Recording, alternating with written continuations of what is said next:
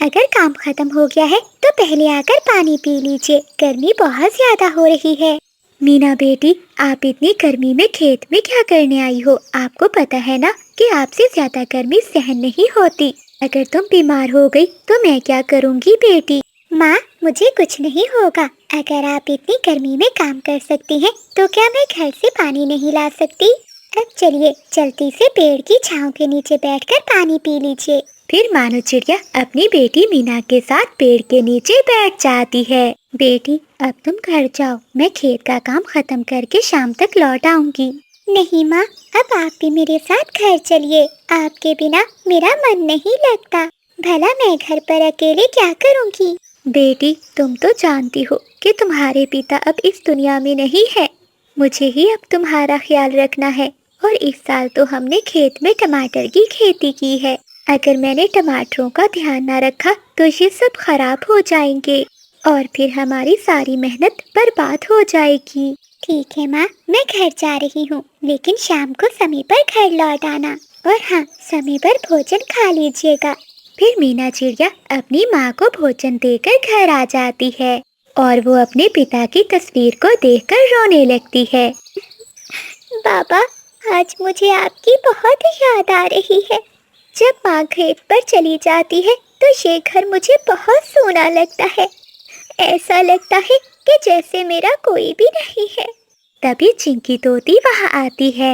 मीना, तुम रो क्यों रही हो? क्या हुआ? किसी ने कुछ कहा? चिंकी, मुझे अपने पिता की बहुत याद आ रही है। ऊपर वाले ने मेरे पिताजी को क्यों छीन लिया? देखो मीना, हर किसी को ये दुनिया छोड़कर जाना ही होता है। मीना, तुम्हें बुरा ना लगे इसलिए तो मैं रोज तुम्हारे पास आती हूँ। चिंकी मीना की बहुत अच्छी दोस्त थी। वो हर रोज उसे मिलने घर आया करती थी। मीना, तुमने पढ़ाई क्यों छोड़ दी? तुम्हारा तो सपना था ना डॉक्टर बनने का। चिंकी, अब मैं तुम्हें क्या बताऊं, घर की मजबूरियां हमेशा सपनों को तोड़ देती हैं। तुम्हें तो पता है, डॉक्टर की पढ़ाई करने के लिए मुझे विदेश के जंगल में जाना होगा। लेकिन घर के हालात का भी तुम्हें पता है। मैं माँ पर और ज्यादा बोझ नहीं बनना चाहती। इसी कारण मैंने अपनी पढ़ाई छोड़ दी। मीना, अगर तू कहे तो मैं अपने पिताजी से बात करके तेरी मदद करवा सकती हूँ। नहीं चिंकी, हम पहले ही तुम्हारे पिता से बहुत मदद ले चुके हैं। ठीक है मीना, मैं चलती हूँ। मैं तुमसे मिलने आती रहूंगी। ऐसा कहते हुए चिंकी तोती वहाँ से चली जाती है। शाम हो जाती है। मानो चिड़िया भी अपने खेत से लौट आती है। मीना अपनी माँ को भोजन देती है। मीना, अगर तुम्हें बुरा ना लगे तो क्या मैं तुमसे एक बात कर सकती हूँ? जी जी माँ, कहिए। भला मैं आपकी बातों का क्यों बुरा मानूंगी? बेटी, अब तो बड़ी हो गई है। मुझे लगता है कि तुम्हारी शादी कर देनी चाहिए।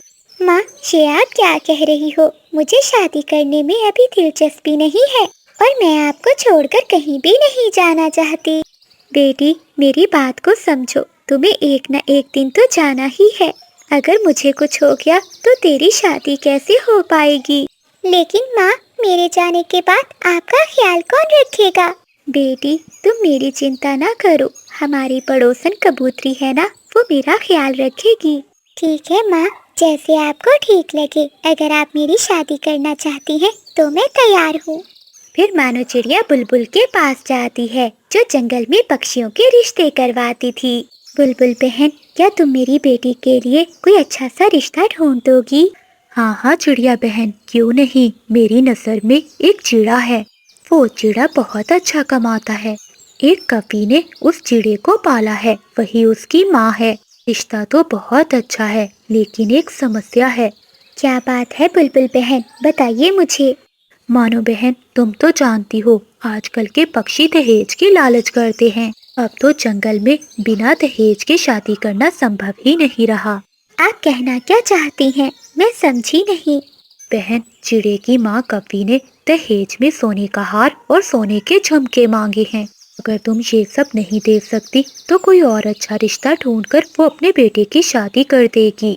बुलबुल बहन, अगर रिश्ता अच्छा है तो आप बात आगे बढ़ाइए। मैं ये सब देने के लिए तैयार हूँ।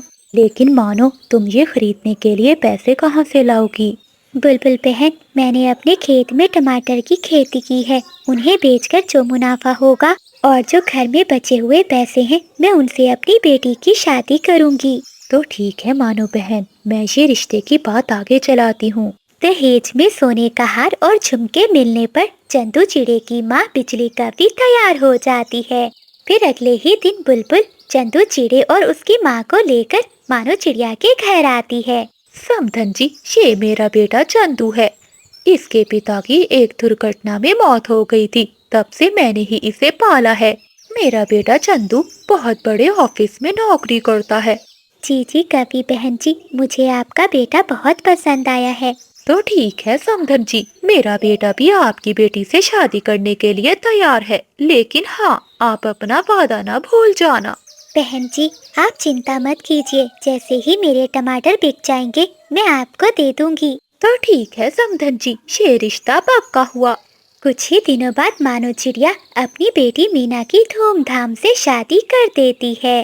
बहू, आज मेरे शरीर में बहुत दर्द हो रहा है। मेरे लिए एक गिलास ठंडी ठंडी लस्सी बना दे, ताकि मेरे शरीर को सुकून मिल जाए। ठीक है माँ जी, मैं आपके लिए ठंडी ठंडी लस्सी बना कर आती हूँ। देखना आपकी थकान चुटकियों में दूर हो जाएगी। अरे भाग्यवान, मेरे लिए भी लंच तैयार कर देना, मुझे देर हो रही है। ठीक है पति जी। फिर मीना चिड़िया रसोई में जाती है। वो अपनी सास के लिए लस्सी बनाती है और अपने पति के लिए भोजन। फिर मीना चिड़िया का पति भोजन खाकर काम पर चला जाता है। चिंकी तोती की माँ सवित्री मानो चिड़िया के पास जाती है। अरे क्या हुआ मानो, तुम ऐसे मुंह लटका कर क्यों बैठी हो? अरे सवित्री बहन, आप मुझे बुला लेती, मैं आ जाती। आपने यहाँ आने का कष्ट क्यों किया? ये तुम कैसी बातें कर रही हो? दोस्ती में अमीरी गरीबी नहीं देखी जाती। अच्छा, मुझे ये बताओ कि तुम उदास क्यों बैठी हो? क्या बताऊं सवित्री बहन, जब से मीना को इस घर से विदा किया है, मेरा किसी भी काम में मन नहीं लग रहा। बस हर समय उसी को याद करती रहती हूँ।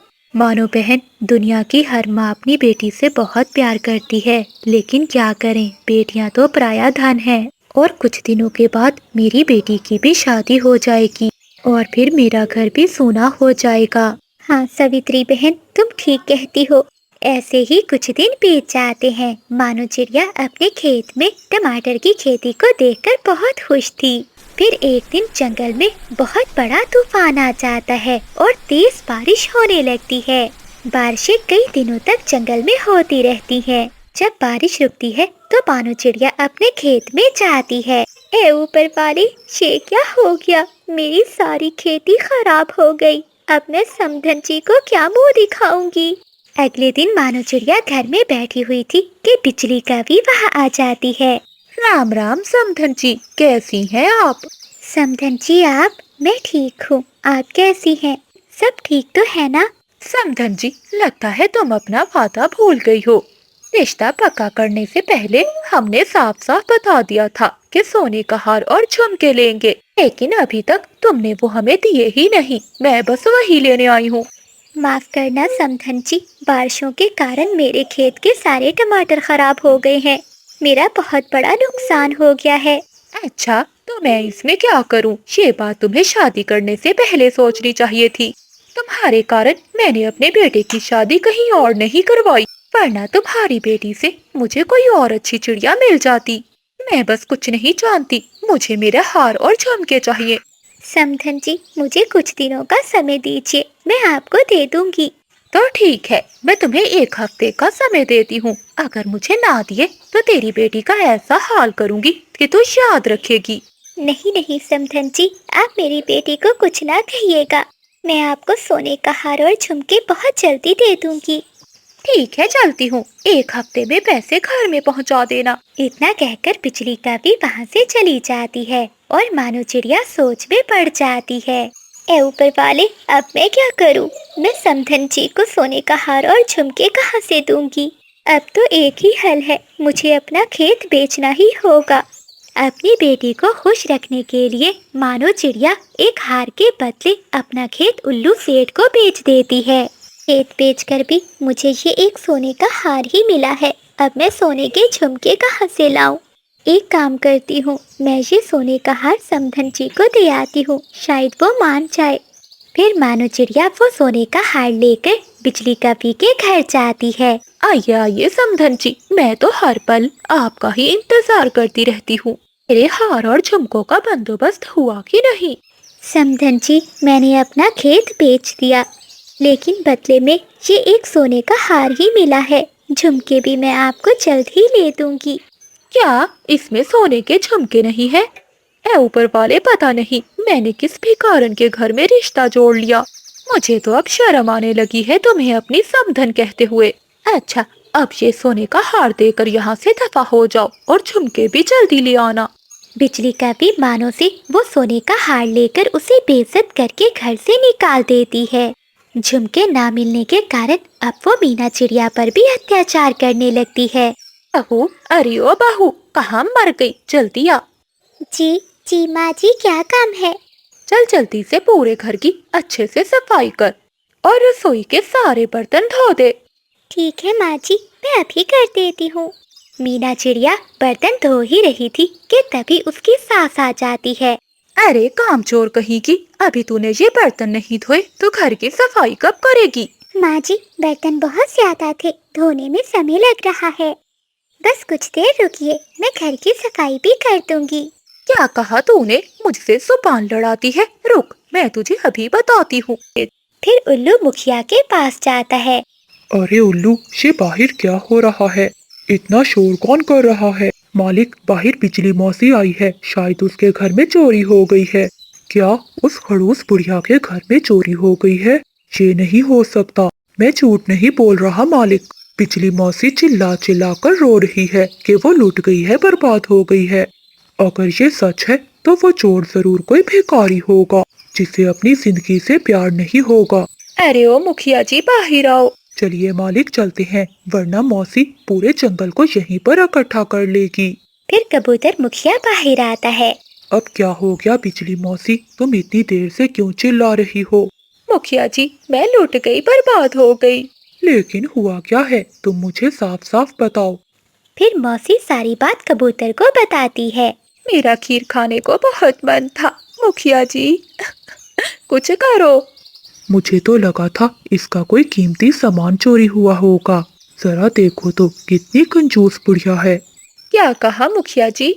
मैं कह रहा था मौसी, ये तो छोटी सी बात है, इसमें इतना परेशान होने वाली कौन सी बात है? मुखिया की ये बात सुनकर मौसी को बहुत गुस्सा आता है। अरे मुखिया जी, तुम्हारे पेट में तो रिश्वत का माल पड़ा है, तुम्हें क्या पता भूख किसे कहते हैं? अरे बाप रे, ये तो मालिक की ही बेइज्जती कर रही है। इस मौसी का कोई ना कोई हल तो निकालना ही होगा, वरना ये उल्टा हमारे ही गले पड़ जाएगी। अच्छा बताओ बिजली मौसी, तुम्हें किसी पर शक है? हाँ हाँ, मुझे शक क्या, पूरा यकीन है, ये चोरी उस तोते ने ही की है। नहीं नहीं मौसी, मैं जानता हूँ, चीकू तोता ऐसा नहीं कर सकता। बताओ, तुम्हारे पास कोई सबूत है कि तोते ने ही तुम्हारी खीर चोरी की है? मुखिया जी, वो आया था मेरे पास खीर मांगने, मैंने खीर देने से इनकार कर दिया तो उसने मुझे धमकी दी, अगर मैंने उसे खीर ना दी तो वो उसे उठाकर ले जाएगा। अच्छा, तो ऐसी बात है। उल्लू, जाओ, जाकर बुलाकर लाओ तोते को। फिर उल्लू वहाँ से जाता है और चीकू तोते को अपने साथ लेकर आता है। मुखिया जी, मुझे क्यों बुलाया? तोते, मौसी ने तुम पर इल्जाम लगाया है कि तुमने उसकी खीर चुराई है। मुखिया की ये बात सुनते ही तोते को मौसी पर बहुत गुस्सा आता है। मुखिया जी, इस बुढ़िया का दिमाग खराब हो गया है। लेकिन तोते, मौसी ने बताया है कि तुमने खीर चुराने की धमकी दी थी। हाँ हाँ, ये बात तो ठीक है, मैंने धमकी दी थी, पूरी बात तो ये थी। फिर चीकू तोता सारी बात कबूतर मुखिया को बताता है। मुखिया जी, माफ